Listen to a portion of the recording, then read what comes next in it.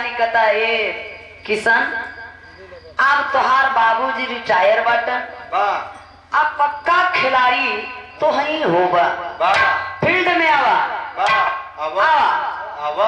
तोहार बाबू रिटायर बाटन फील्ड में आवा तो के सब कुछ सिखा दी कैसे छक्का मारल जाला कैसे चौका मारल जाला कैसे तुक्की मारल जाला कैसे साठ मारल जाला।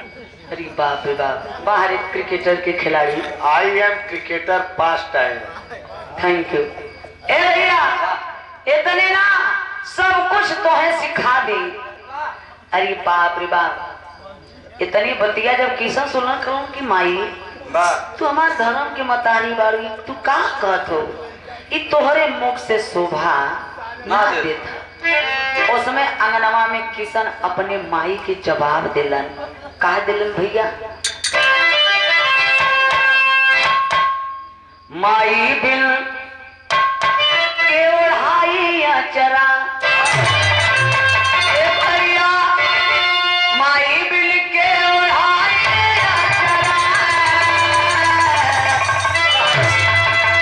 ओ माई बिन के ओढ़ाई अचरा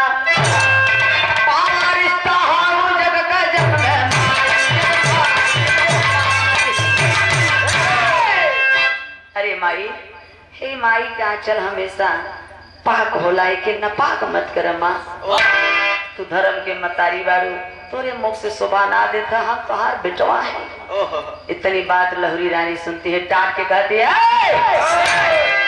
इसके दामन पाक सदा इसके दामन पाक सदा ना पाक बनाना चाहे नहीं जल समा जल्दी है तो परवाने को परवाह नहीं। खबरदार माता जो कहा मैं खाल के रखी मारूंगी राजा छोटी सीधी कहते भार में तुझे झुकवा दूंगी। मारत सही हुआ लेकिन कहीं कहीं बेचारा छुछिया मार देता ऐसे बेचारा पर गुरु जी सिखाया नहीं है ऐसे बेचारा अपने घरवा मारा था हमसे का मतलब है बड़का भैया पूरा करत अभी महेंद्र गुरु जाने इनका चेला जाने अब के पूरा करत हुए। ए भैया डांट कर गाती है मैं तुम्हारी माँ नहीं हूँ तू मेरा बेटा नहीं है माता पुत्र का कोई रिश्ता नहीं है।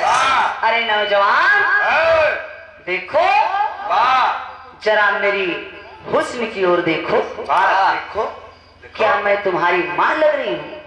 नहीं यू आर माई डार्लिंग। अरे इतनी बतिया किसन सुनलन कलन के अरे बाप रे बाप माई इत कहा कहती हो उसमें बेचारा ताकता सोचता माई से अपने कहत का भाई एकदम खाटी इलाहाबादी झूमर गीत लग गल मास्टर।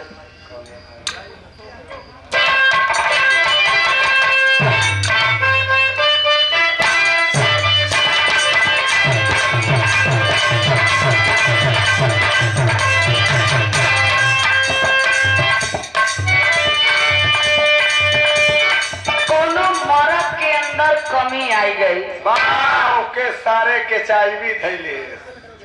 अरे भाई हम नहीं जान सके सरकार इतना योजना निकाले बा तब परेशान है क्या लेकिन झटका भुलाई जाते जैसे आप स्थिति परिस्थिति बाबूजी उधर से बताएं कि भाई पैर टूट गया मतलब 2 लाख रुपया लगा राड भिड़वाए हैं तो भाई हर इंसान के अंदर कुछ न कुछ तो कमियां होती रहती हैं लेकिन वो मर्द के अंदर कमी का आई हम बतावत थे जाना थे तब डॉक्टर साहब की बुलावा बाबू रास्ते से बाबू गुजर चुका है ना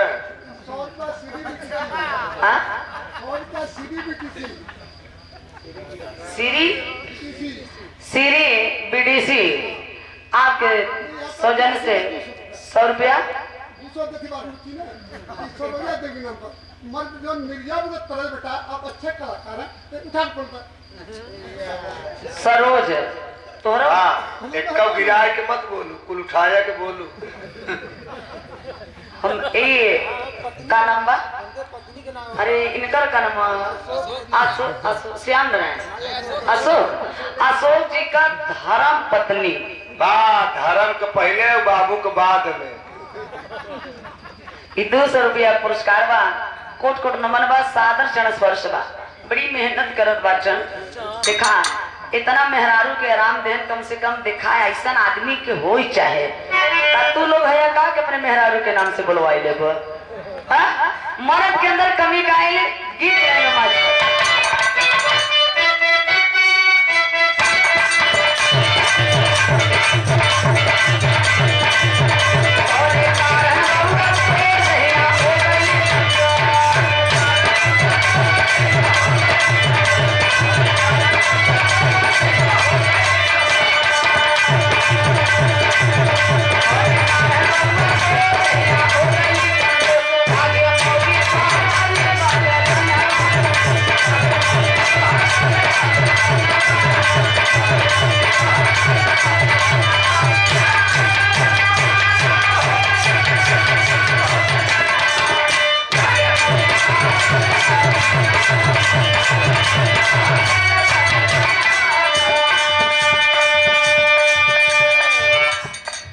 मौगी लगा था तोहार मारे जब तुम्हें नहीं कहते देखा बा बेलना बेलना वो नहीं आ रे। हाँ? काहे मोहवा बाजुराई काहे उठवा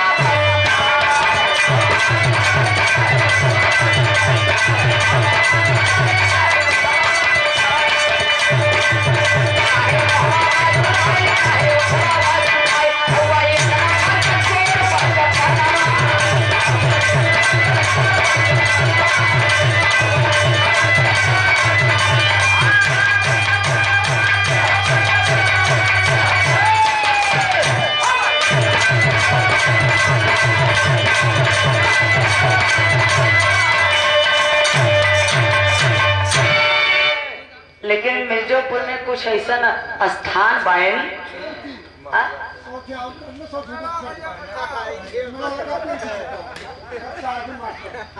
कौने सब काजू मास्टर पीएचडी करते हैं आपके लड़का। बा कौने विषय से? अब उनके का पता बा। सादर चरण स्पर्श बा, कोट कोट नमन बा। पीएचडी जो कि है अब डॉक्टर साहब मन्नू जी के साथ में हमारे महेंद्र भाई ढोलक मास्टर साहब जो संगत कर रहे हैं। हम लोग जब महुआ चैनल में गए साथ में तो भैया सब लोग अपन परिचय दिए, लेकिन हम थोड़ा सा एक लाइन में हम अपन परिचय बताए। अब का परिचय बताए? अरे हम उनके कहा कहते रे बाप रे बाप। हम कुछ नहीं कहते, हम कुछ ना कहे। ये तो मेरे आदर चच्चा ना, अब आपसे क्या बताइए, हमारे बाबू ना हमारे दादा की उम्र के बच्चे। हम कुछ कहत ना है, हमारे सीनियर है भाई, श्रेष्ठ कलाकार हैं, हमारा फर्ज बनता है सम्मान करना। वैसे भी चाहे यूट्यूब खोल के देखा तो के केहू के कुछ कहित नहीं बा वैसा सम्मान दे समान बढ़त है। आदरणीय संतोष पाल जी कोषाध्यक्ष महोदय जी की ओर से अच्छा 100 रुपए का पुरस्कार है। बनमिलिया के धरती से सादर चरण स्पर्श कोट कोट नमन है। लेकिन अभी कुछ अपने घर के बात बताए। यही जागरूकता है, यही समाज के लिए। ये जो हमारी पीढ़ियां आएंगी कम से कम उनके लिए। अब बाबूजी जो बात बताए अपने घर में कि हम भी काम करते हैं और कहते नहीं है, करके दिखाने का काम करते हैं। तो आप लोग इनके लिए जोरदार ताली बजा के सम्मान कर दीजिए एक बार। लेकिन हम परिचय बताए भी रहा में हुए चैनल में का बाटे मिर्जापुर बाजार जहां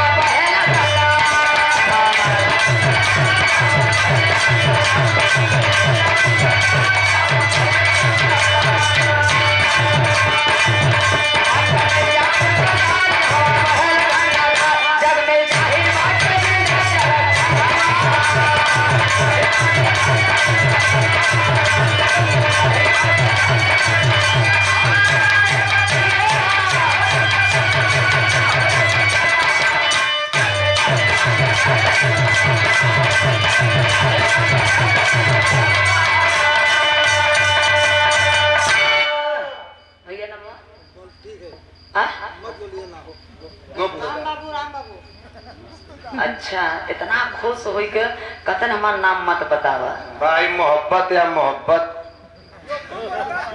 मोहब्बत तो हमार सबसे बा।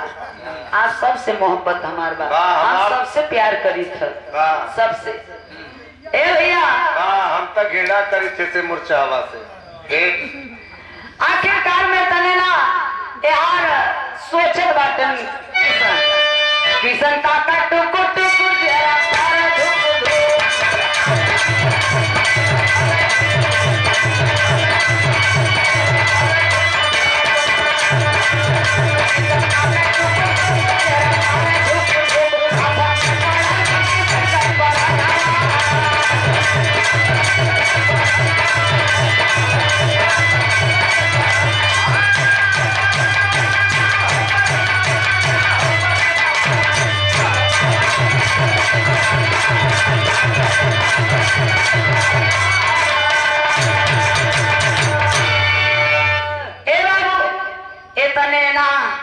इधर देखें रानी दौड़ कर जाती है आंगन में भर अखबार पकड़ लेती है कहती है कि किशन हमार बतिया मान ला हम जौन कहते कि मान ला और नहीं तोहार बाबूजी यही अगर शिकार खेल के तो झूठहीन हम तोके कह के तोके भार में झुकवा दे। किशन कलन माई चाहे भार में झुकवा दा चाहे बोटी बोटी काट के फेंकवा दा हम तोहार बेटवा है हमारे पर तोहार पूरा अधिकार बा। ए बाबू आप देखें ये हर संजोग से राजा चंद्रसेन शिकार खेल के जब आ गए अब झूठही बार और छितरा के नखरा फैलाए के ओ भवन में जाके रानी सुतल बा।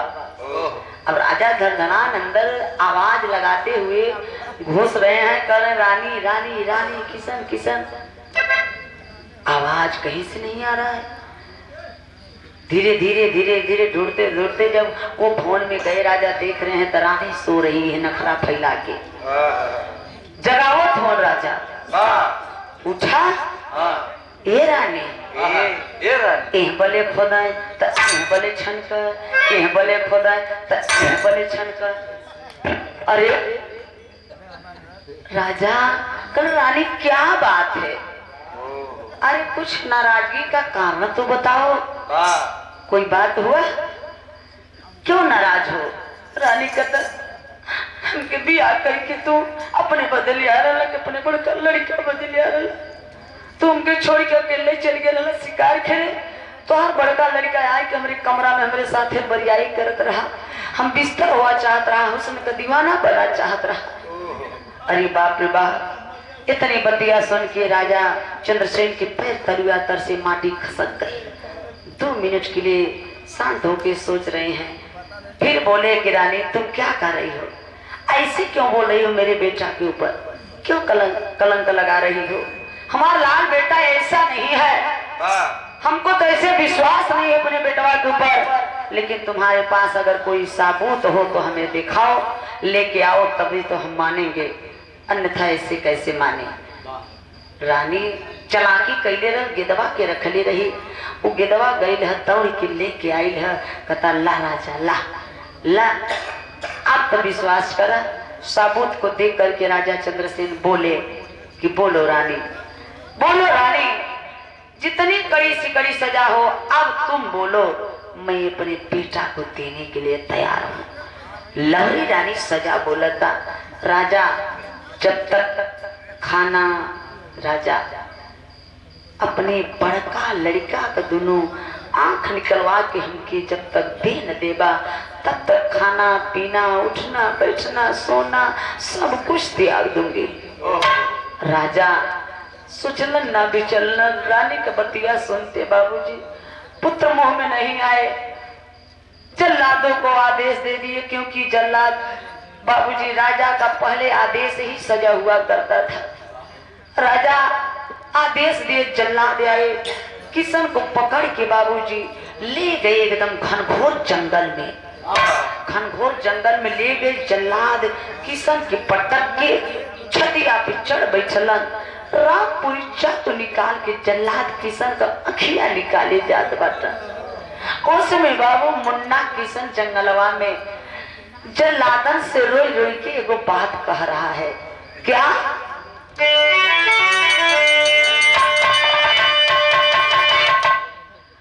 पौआ पकड़ के रोवे लागल ललनामा हो, पौआ पकड़ के रोवे लागल ललनामा हो, लैला ताया लाले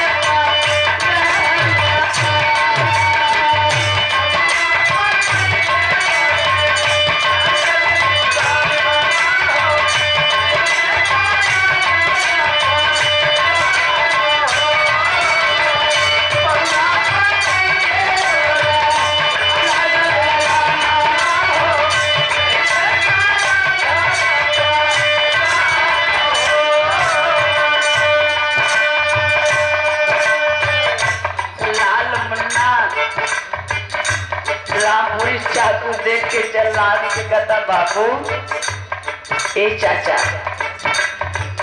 हमें परनवा का चिंता ना, बस चिंता सिर्फ एक बात का बात, चिंता ना है